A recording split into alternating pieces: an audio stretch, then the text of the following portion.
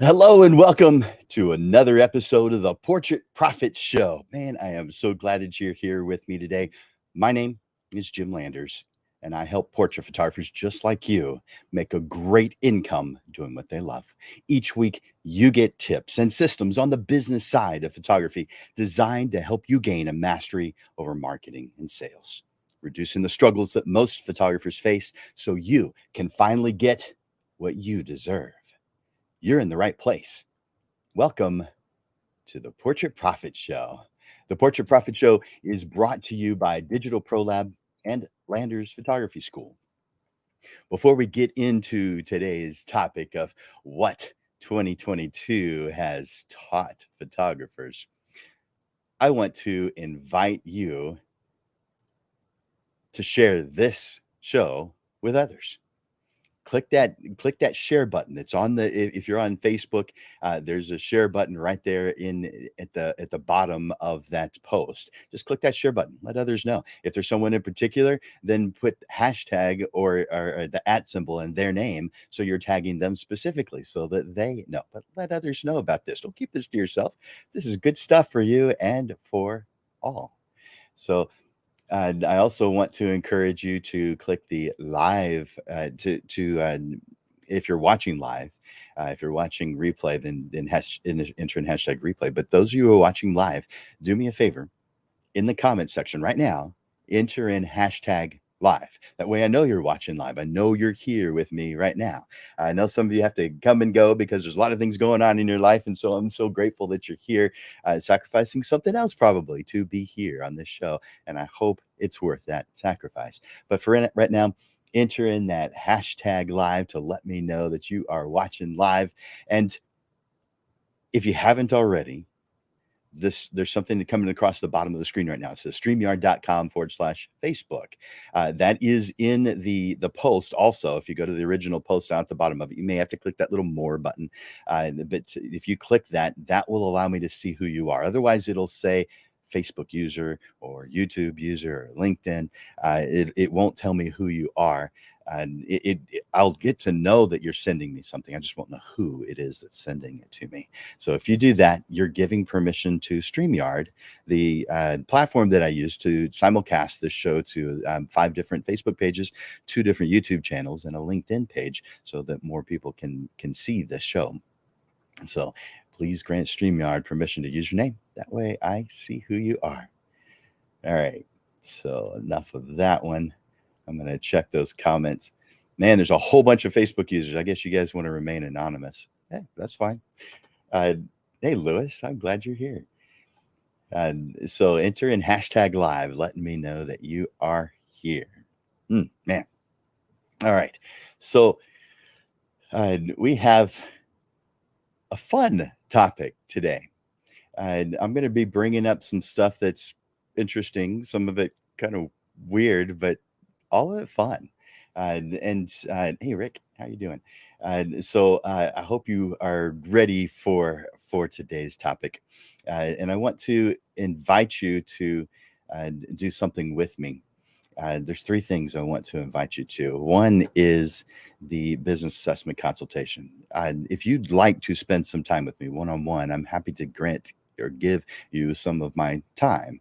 I can't give you a whole lot of it, and it can only do it really once a year because there's too many people, which is fantastic. I love that. But I also have other things I have to do, so I can't spend all my time doing free stuff. Of course, you guys can't either. But I'm happy to invest some of my time doing that, of course. And if you go to the address that you see here on the bottom, I'm going to put that in the comment section real quick so that you don't have to so that should be showing in the news feed right now. That is a link to my calendar so that you can schedule something. It's just a 30-minute session to talk about you, your business, your pricing, your marketing, your future, whatever photography related that you want to talk about. The next thing I want to invite you to is my lunch with Landers. So every single week, I take a photographer to lunch with me. I'm going to lunch anyway on Tuesdays because of my Rotary Club meeting. And my Rotary Club is a service organization. Our motto is service above self, service above self. But what you would see at one of the meetings is just a speaker. So someone talking about their life, their interests, their profession, a lot of different things they may talk about. It could be a sports star, it could be a TV star, it could be average Joe, but you get to hear a perspective that you wouldn't have otherwise have heard. But I invite someone to come with me for that. And then afterwards, we have just a little private session, just you and me, and talk about you and your goals and where you're heading. So that's Lunch with Landers. And again, I will put that, let's see, put that in the comment section so that you don't have to type that out. All right. Hey, Miguel. Hey, Jim. Let's see, paste those. Again, if you guys are watching live, enter in hashtag live for me so I know that you're here. A lot of Facebook users, a lot of people wanting to remain anonymous. Hey, I get it. I understand. There's a lot of times I want to watch something anonymously too. All right. So if you want to take advantage of Lunch with Landers, click on that link that is showing up in the feed right now. And that'll take you to my Tuesday schedule and any Tuesdays that are available that you'd be able to take advantage of. This month is full, but I believe there's quite a bit, maybe even all of January still left. And it only goes out 60 days. So there's 4 available right now. Hey, Alyssa, I'm glad you're here. And Ruben, hey, glad you're here too. More Facebook users, yay. And so, I'm being silly. All right. So that is Lunch with Landers. Oh, you know what? Something that's fun and interesting. Last night, I went to the Professional Photographers of San Antonio Christmas dinner, and it's an awards dinner for the end of the year where they announce several different awards and, photographer of the year, all that kind of good stuff. We got to visit and have wine and just had a good time. So that party was last night, meaning if you want to go to it, it's too late. You'll have to wait till next year, unless you want to go to a Photo essay event that is on this Thursday. So Photo essay is just a San Antonio camera club. If you're here in San Antonio, I say here, I know there's people watching from all over. If you happen to be in San Antonio or in surrounding areas this coming Thursday at 6:30 p.m., meet me and a handful of other people at the Dominican Country Club for just a holiday social. It's there's not going to be any event. Excuse me, there's not going to be any speakers or anything formal at that. We will announce the winners of the monthly photographers challenge, the photo contest that we do. But that's all we'll be doing. Otherwise, just be socializing, having fun, visiting with other photographers while maybe having an appetizer and your favorite wine, your favorite adult beverage. So that's what's coming up on this Thursday, and you are invited to this holiday social at the Dominion. I'm going to make that slightly bigger. That way you can see that text just a bit more. So please join us for the holiday social Thursday, December 8th, 2022. That's just 3 days away at 6:30 p.m. It's about only 2 hours, and at the Dominion Country Club. So I hope to see you there. And I don't require an RSVP, but I sure do appreciate one. So if you go to the probably the easiest thing to go is to meetup.com/photo essay. I should put that in the comment section, shouldn't I? Hey, Adam, glad you're here. Let's see. Meetup.com/photo essay. So it's just a local camera club, just a fun, lightweight group that brings in speakers, mostly, not this time. And so meetup.com/photo essay. That is how you can see that in your newsfeed now. That just click that. That'll take you to the photo essay page on Meetup. If you're a member already, just log in and RSVP. And if you're not a member already, you can get information there and just show up, or you can become a member. It doesn't cost anything to become a member. There are some voluntary donations that you'll see there, but nothing's required. So it could be free if you want it to be. All right, so that's this Thursday. Hope to see you there. So we're here today to talk about what 2022 has taught photographers. And we're going to be talking about 2020 and 2021 because, man, the things that have happened in the last couple of years, kind of merge together. I'm sure you recognize that. So for the most part, 2022 has tried to teach us the same thing that every other year has tried to teach us. We're just not necessarily always as open to learning and growing as we think we are. What I'll be sharing with you today has come from hundreds of conversations that I've had over the last year with photographers. So by the way, no names are going to be used. Examples possibly, but no names will be used. And if you think it's you that I'm talking about, you're probably wrong, because I've talked to a lot of people over the years, and there's a lot of overlapping stories. But hey, if the shoe fits, maybe a little self-reflection is in order. We'll see. So before I get into 2022, let me share some interesting things about 2020 and 2021. So, by the way, if you have come across any interesting, let's say, buzzwords or catchphrases over the past couple of years, put them in the comments section right now. Maybe I'll address them. Maybe I won't. Maybe we'll see. Maybe it's part of my presentation today.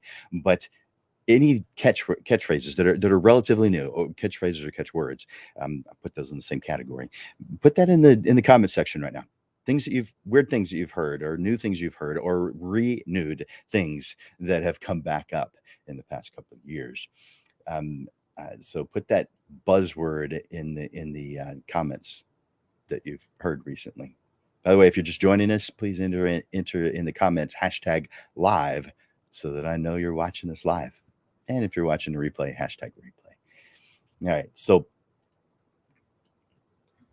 here are some catchphrases that Tim Herrera of the New York Times has come up with for 2020. All right, and I might put that up. Let's see if I can share just that screen, because I might want to show this to you so you can read along with me. Share screen, Chrome tab. No, window. There we go.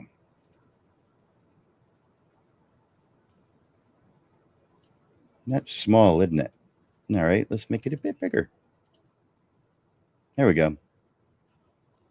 All right, so these are some catchphrases by Tim Herrera of the New York Times. And I'm going to go into a few of these with a little bit of detail. I have truncated this for time purposes. It's not as long as he wrote, but he starts off with Happy Blur's Day. Now quit doom scrolling, grab a quarantini, and please keep social distancing. Imagine explaining that sentence to yourself in December of 2019. This year has given us scores of new words, phrases, expressions, and metaphors. Some are new to the popular vernacular, like quarantine pod, while others are just newly relevant after long histories as specialized terms, like contact tracing. Some are technical, like super spreader event and aerosol droplets. Others still, like panic shopping and walktails, are just goofy little turns of phrase that let us drop a bit of joy in this disastrous year. But all of them serve a purpose in these most uncertain times. So here are some of his words. Blur's Day, if you haven't heard of that one, this is the passage of time itself became increasingly unreliable this year, as some days felt like a week while other months flew by in an instant. This quickly became a go-to Twitter meme as a combination of a relentless news cycle mixed with the droll, repetitive reality of life and lockdown. Given existence in 2020, a Groundhog Day-esque quality. Circuit breaker. Market spiral of as globe shutters over virus. So declared a blaringly headline atop A1 of New York Times on March 10th, the day following a drop in the stock market so steep that so-called circuit breaker, an automatic halt in trading after a major decline, kicked in. It was it was the first time since 1997, and over the next 9 days, it would happen 3 more times. Some $5 trillion in stock market wealth disappeared by March 10th, 2020. The markets began to bounce back as early as May, following the reopening of businesses across the country. That recovery steadily continued through the summer, and after a few major drops in the fall, the market hit all-time highs in November. Pretty cool. Another word that Tim added to this list is contact tracing. Whom did you see, and when did you see them? What's the essence of this term? Long familiar to anyone in public health, but new to the public consciousness. Now, doom scrolling, the catch-all platform agnostic term for consuming bad news or information you know is detrimental to your mental health and wellness, yet being unable to stop. I think that here's an example. I think the doom scrolling thing violated a lot of people's experiences. Validated. Gotta use the right words. Validated a lot of people's experiences, said the journalist Karen Ho, aka Doom Scrolling Reminder Lady, who helped popularize the term with her 8 months running nightly Twitter reminders to put the phone away and get to sleep. All right, so essential workers.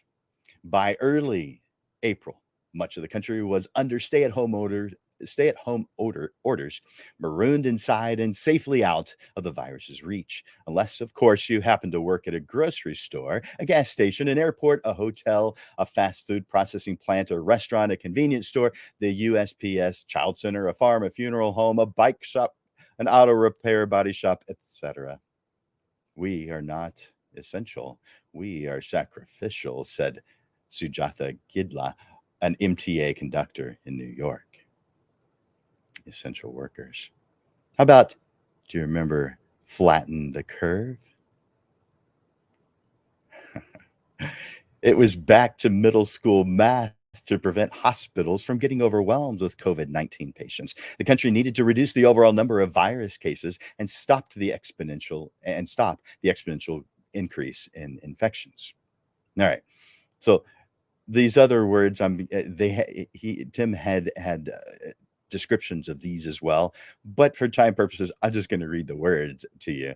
Related words were disinfect, wear a mask, 6 feet, ventilator, frontline workers, remote learning, social distancing, super spreader, unprecedented, and related words, the new normal, uncertain times, trying times, before times, virtual happy hour. And how about Zoom? Up until around March of 2020, Zoom was enterprise software meant to help businesses communicate. Then the home became the office for millions of Americans, and our social lives moved entirely online.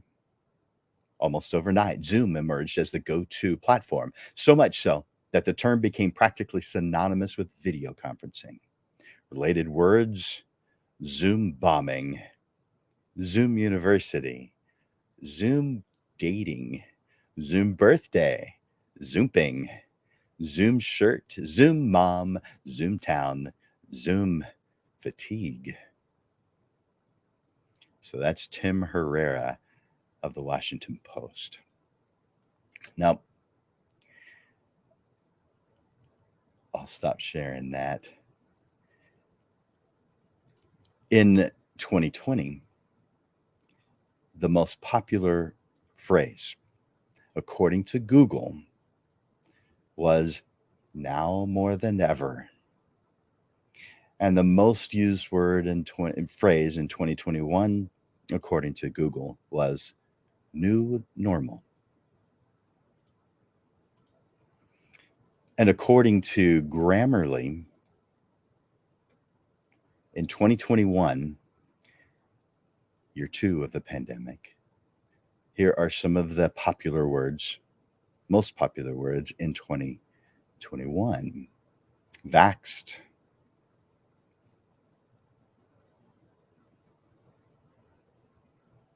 I don't know if I want to read all these, and I didn't put down the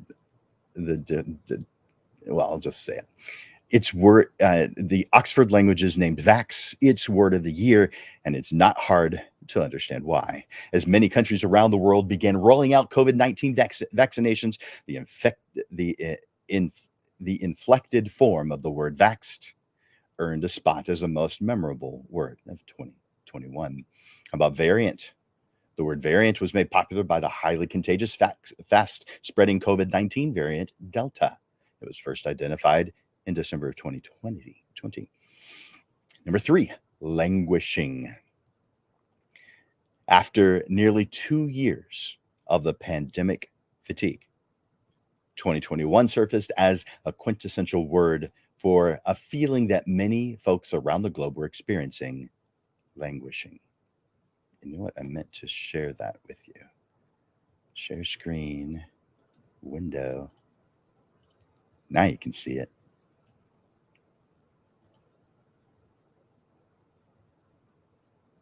Languishing. There we go.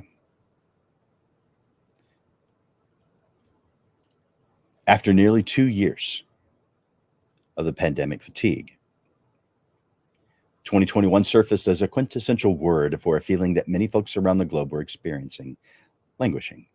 Describing a state of dispirited or apathetic disposition, languishing doesn't necessarily feel good or bad. Instead, it's a lack of focus and restlessness that can't be placed. Now, in the economy, there are words like hybrid work. Another major theme of 2021, thanks to the pandemic, has been the future of work. Weighing safety precautions and employee flexibility, many businesses began implementing alternative hybrid work models wherein a portion of employees' time is spent remotely while the rest is spent on site in an office. How about the Great Resignation? How many of you have heard of these? If you've heard of any of these words, type in yes in the comments. That way I know you've heard these before.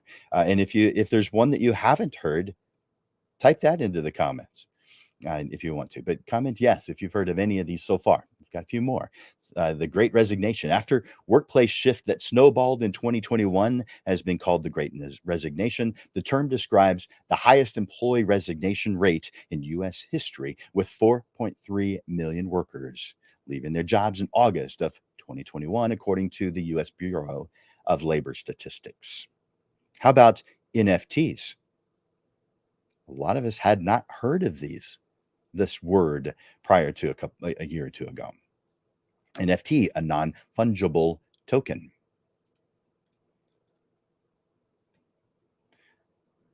What might be the buzziest digital trend of the year, a non-fungible token, or NFT, is a certificate of ownership that's created on blockchain technology for a non-reproducible digital collectible such as art, music, games, of course, photography. Each NFT certificate has its own unique identifier, making it one of a kind. In other words, you know how if you were to email one of your images, the person you emailed it to could email it to, all 5,000 of their friends. NFT makes this unique. As an inherent value, it cites ownership rights, and it is easily transferable. In other words, you can sell it, and the person you sell it to can sell it once they want to, just like a tangible item. So that's NFT. Trending phrases and memes. How about chuggy? Have you heard this one? I hadn't up until the point I was researching for this presentation today. To describe a style or experience that was once on trend, but is now considered outdated or uninspired. It can also describe a person or a situation that's trying too hard. How about it's the blank for me? I'll give you an example. It suggests that the attribute or characteristic is what the speaker finds most detestable. Although the saying is meant in jest, the insults can be very severe. Example, it's the snorting laughter for me. How about understood the assignment? Have you heard that one? TikTok turned understood the assignment, a line from the song I Understood the Assignment by Money, into a public affirmation that is a person on their A game. This saying can be in reference to someone's wardrobe, actions, or other characteristics. They aced the figurative assignment, and making the statement indicates praise or approval. For instance, Lee understood the assignment with that outfit. Number 10 of 10. Red flag. Now, the concept of a red flag, that's not new, but using it as a deluge of red flag emojis on social media posts turned into a popular meme in fall of 2021. It is now the red flag deluge is considered chuggy. All right. Now, in India today, and you may wonder why I'm looking at India today, because they did a good job of describing these English words, whereas where I found it in somewhere else, they didn't describe what the words were. So I guess India Today decided that their readers needed a better description instead of just the words. The first one is finfluencer, meaning a specific type of influencer who focuses on money-related topics. Have you heard of that one? How about nomophobia? The fear or worry at the idea of being without your mobile phone or being unable to use it. Nomophobia. No more phonebia. I don't know. Nomophobia. Number 3, sharent, meaning a parent who regularly uses social media to communicate a lot of detailed information about their child. This word is made up of 2 words, which I'm sure you can figure out: share and parent. Example, if you take that eager excitement of potty training your kids and talk about it online, you are now a sharent. How about fitspiration? meaning a person or thing that serves as motivation for someone to sustain or improve health and fitness. Fitspiration. How about stan? An overzealous or obsessive fan of a particular celebrity. The word is made up of two words. Again, you could probably figure this one out: stalker and fan. Number six, awesome sauce. Extremely good. Excellent. You probably know that one, or you at least figured it out. How about number seven, low key? Used as an adjective to describe something that you might not want others to explicitly know. Keep it low key. How about situationship? I had not heard this one. When a relationship can be described as more than friends, but less than a couple. A situationship is a romantic relationship that's undefined or uncommitted. It may be based on convenience or short term circumstances. Metaverse. A virtual reality space in which users can interact with a computer generated environment and other users. Essentially, it offers the chance for you to live within a digital universe. You'll be able to play, learn, shop, game, and more, all from the comfort of your home. And number 10, hangry, meaning bad tempered or irritable. Raise that up just a little bit. Meaning bad tempered or irritable as a result of hunger. We've all been there. Have you experienced hangry? Have you been around someone who is hangry? Have you seen the Snickers commercial talking about hangry? Yeah, you have. All right, so those were the uh, most popular words by the Oxford Dictionary for this year, 2022. Now, a couple of observations for things that photographers have either experienced or should experience or will experience. They aren't the problem. It turns out that those bitter, irritable, and overly opinionated people aren't the main problem. No doubt they're a thorn, but the main problem is me, you. I've been the one who invested mental resources and too much time thinking about those bitter, irritable, overly opinionated people. I have allowed myself to be burdened, bothered, and redirected by them. I have allowed my dreams to be delayed because of them. They didn't do any of that. I did. They are just doing what they feel is right. And so should I. If I'm ever going to reach my goals, I've got to pay less attention to those guys and more attention to the path I'm on to reach my dreams. Don't sulk. Don't get upset with a messenger. Focus your energy, time, and attention on your own life so you can improve it. Stop wasting your limited energy on those thorns. How about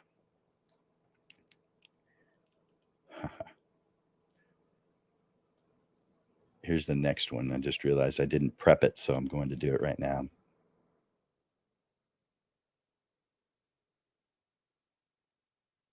I'm going to do it right now. Oh, there it is.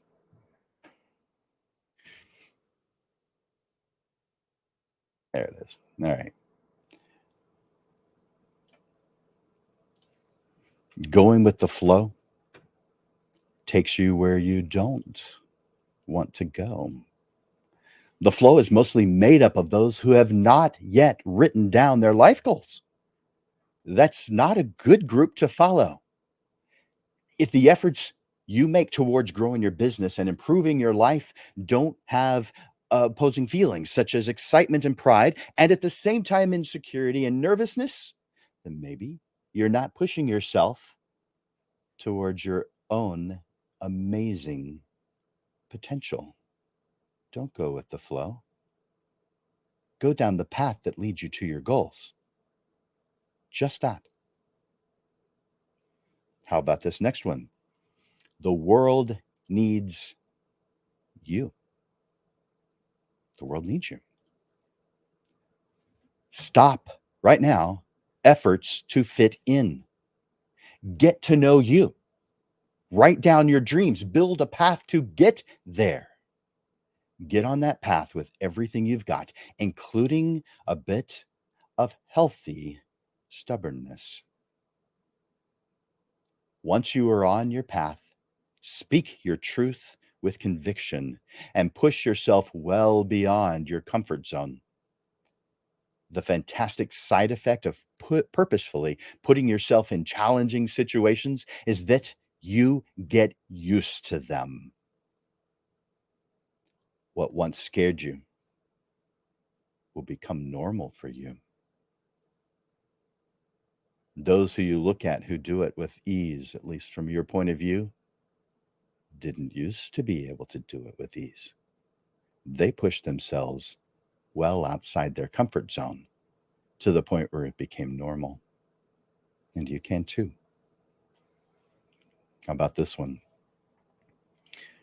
Doing good things is a path to failure. Not the only one, but it's a path to failure. That sounds like an odd one.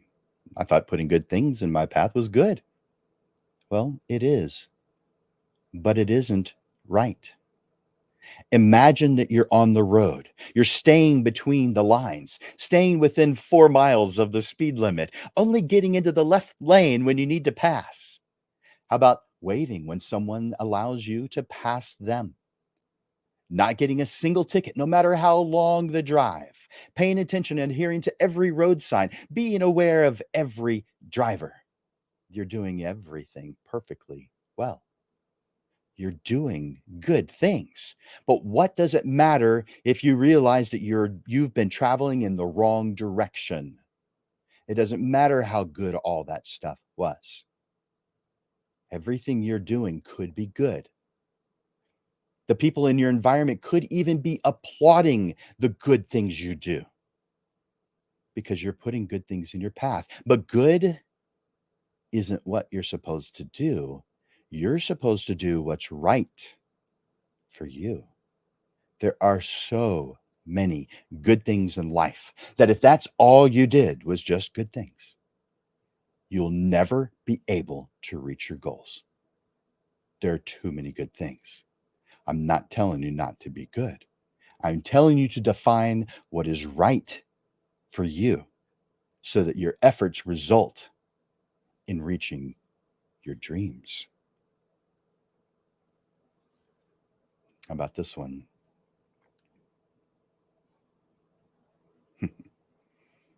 Selfish isn't bad, it's a necessity.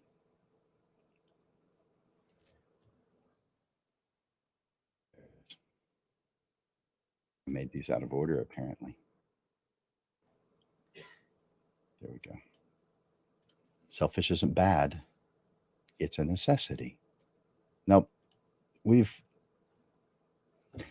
know that the word selfish is almost always used as a negative connotation, but only a fool is so closed-minded to not believe that a healthy amount of selfishness is what keeps you alive in this world. You have to care about the self. You must. I mean, you've heard the expression, you can't pour from an empty cup. You have to pay attention to you. You are important to be able to reach whatever dreams you have. Even if that means that your goal is to help other people, you've got to be healthy enough to do so. So therefore, you must have a healthy amount of selfishness in order to reach the goals and dreams that you have. Here's a side thought. if you haven't honestly considered the opposing point of view, not just your assumption of the opposing point of view, but if you haven't honestly considered the opposing point of view, then maybe it is you who is the problem. When you've got blinders up, there's a whole lot that you're not seeing. Open your mind. A healthy, strong mind will seek things that aren't what they already believe. A weak mind will block those out. Don't be a wimp.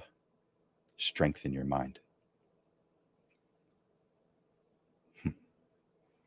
I mentioned earlier that lunch with Landers uh, is something that I invite you guys to, and that it is with my Rotary Club. And this is something that I do every week, and I invite one photographer to come with me every single week. And so I've taken a lot of photographers to lunch, and sometimes it's not on Tuesdays, but that's when my Rotary Club is. Rotary has something called the 4-way test of the things we think, say, and do. First, is it the truth? Second, is it fair to all concerned? Third, will it build goodwill and better friendships? And fourth, will it be beneficial to all concerned? Man, just imagine if we all lived our lives with the Rotary 4-way test. By the way, if you need to go over that or anything else I've been saying today, this recording sits in the news feed. And so you can go back and look at this or any other episode of the Portrait Prophet Show. So I feel like you can't talk about 2022 without talking about AI or artificial intelligence. AI is sweeping everything humans do. And photography, of course, is no exception. According to Digital Camera World, and let me share this on my screen so you can see it too.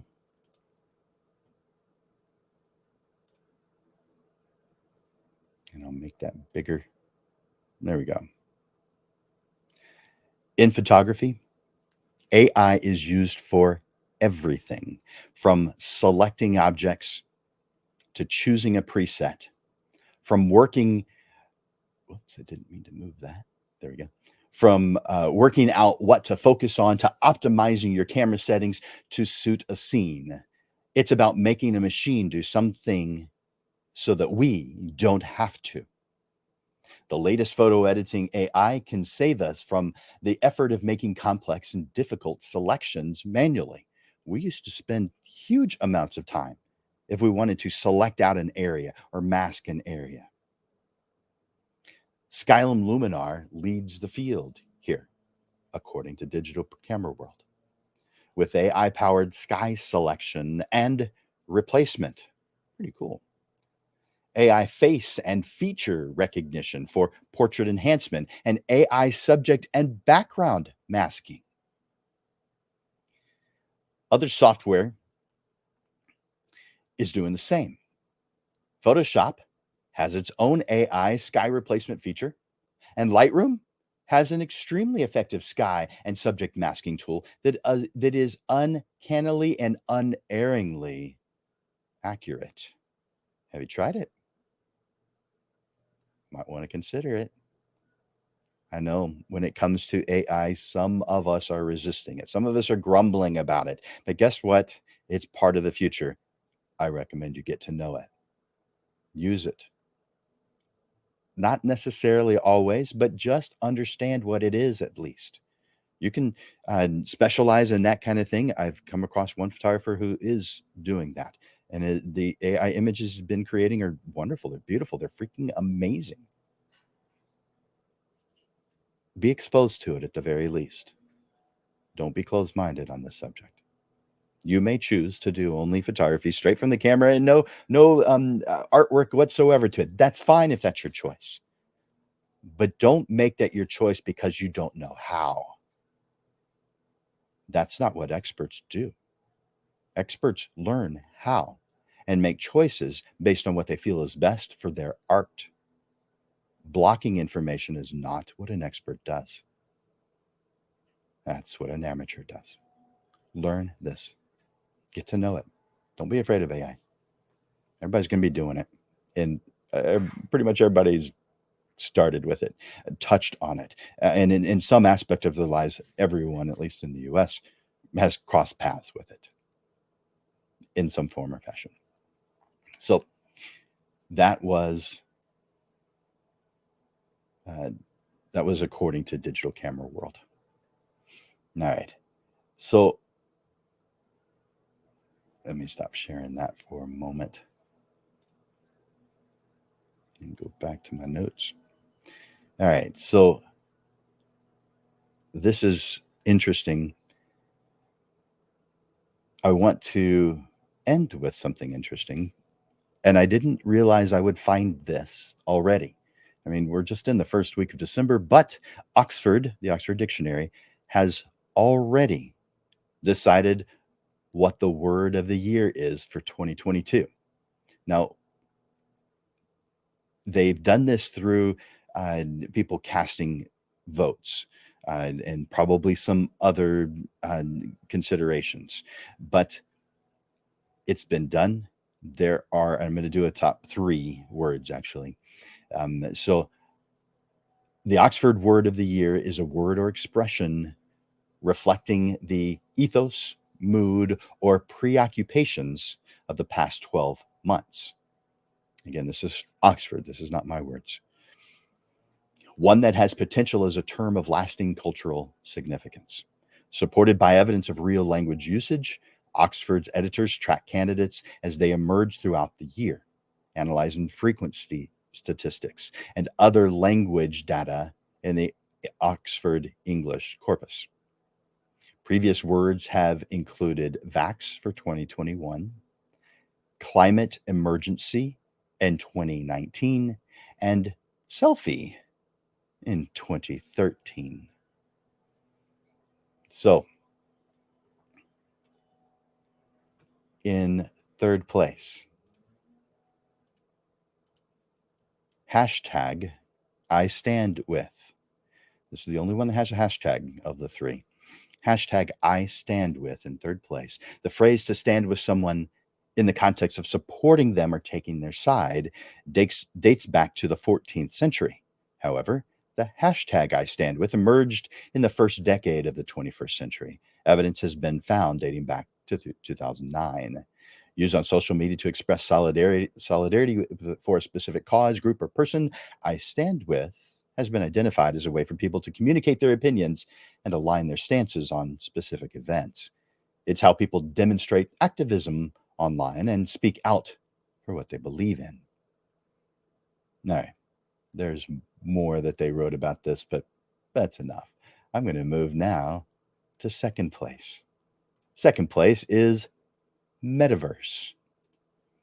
The term metaverse describes a hypothetical virtual reality environment in which users interact with one another's avatars and their surroundings in an immersive way. Sometimes posited as a potential extension or of a replacement for the internet, World Wide Web, social media, etc. The first recorded use of metaverse in the Oxford English Dictionary dates from 1992 in the science fiction novel Snow Crash by Neil Stephenson. Until late 2021, there was relatively little sustained usage of metaverse outside specialist contexts. By October of 2022, 2 months ago, it had increased almost fourfold from the previous year in the Oxford corpus. While some of this increase can be attributed to the name change of social media conglomerate Facebook in October of 2021, the concept of the metaverse, how we use it, and what it means for the future has also been widely discussed. Words commonly occurred commonly occurring near metaverse include Web3, virtual, NFT, crypto, build, as in build the metaverse, and vision, as a vision of or for the metaverse. And there was several more things that they shared about that, but I think you got the idea. The number one, and I don't recall hearing this, and maybe I'm the only one, but if you have heard this number one that I'm about to share with you, will you do me a favor and say, "Yeah, I knew that," in the comment section? Yeah, I knew that. Or if you haven't heard it, say, "Nope, hadn't heard that one." So comment in the comment section as soon as I show this. The winner for 2022 is Goblin Mode. Goblin Mode. Have you heard it? In the comment section, say, "Yep, I've heard that one," or "Hadn't heard that one yet." Goblin Mode. Goblin Mode is a slang term. Again, this is Oxford Dictionary. These aren't my words. Goblin Mode, a slang term often used in the expressions "in goblin mode" or "to go goblin mode." It's a type of behavior which is unapologetically self-indulgent, lazy, slovenly, or greedy, typically in a way that rejects social norms or expectations. Although first seen on Twitter in 2009, Goblin Mode went viral on social media in February of 2022, quickly making its way into newspapers, magazines, after being tweeted in a mocked up headline. The term then rose in popularity over the months following the COVID lockdown. And seemingly, it captured the prevailing mood of individuals who rejected the idea of returning to normal life, or rebelled against the increasingly unattainable aesthetic standards and unsustainable lifestyles exhibited on social media. So that is Goblin Mode. Had you heard it? I hadn't. I'm kind of curious. I'm looking at a lot of, okay, there are some yeses, but almost everybody's saying hadn't heard that one. So hey Chuck, hey Jero, glad you guys are here. Liz, glad you're here. And Pam, Jim, Sharon, Adam. Okay, there's a bunch here. I'm not gonna be able to go through all of them. But this one's kind of funny. Nope, I'm over 50. Me too. So that was interesting to me, finding out these different things over the past few years. I hope that was interesting to you as well. All right, so I want to once again invite you to the holiday social that's on this Thursday, and that is at the Dominion Country Club at 6:30. So if you're in San Antonio, just feel free to show up. There is a $10 donation. It's voluntary though, so show up no matter what. And go to meetup.com/photo essay. You'll see it in the news feed if you go up just a little bit. Photo essay. That's meetup.com/photo essay. By the way, the Camera Club has a monthly photo competition. If you're a member, and all you have to do is sign up to become a member, you can participate in. This most recent one was landscape, so it's not usually on the portrait side, but that's part of what Photo Essay does. In addition to bringing in speakers and having a holiday social, that is on Thursday. Now, as you know, every week we bring a photography business lesson to you on the Portrait Profit Show on Mondays at noon, except for the second Monday of each month, where we move the time from noon to 6:30 in the evening, and we bring in panelists so you can hear from more than just me. I'll be asking them questions and they'll be responding. So you'll be able to hear the topic from multiple points of view. So let's talk about the upcoming shows that we have on every single Monday. The one coming up on this Monday is the panel on what I learned this year. I'll be asking them some questions, and they will be sharing with us what they've learned throughout the year. On December 19th, back to the regularly scheduled noon on Mondays. It's always Mondays. What to do before the end of the year. There are some things that once we get close to the end of the year, we're kind of coasting, probably not coasting just yet, but at some point, things will slow down and you will be coasting through the end of the year. There's some things that really need to get done. None of them are difficult, but there's some things that really, really should get done. Let's talk about those on December 19th. Put it on your calendar, December 19th, what to do before the end of the year. And then on December 26th, the last minute review of your 2023 plan. Now, in my opinion, your 2023 plan should already be done. In fact, it should get to the point where you are tweaking next year's plan as you're doing this year's plan.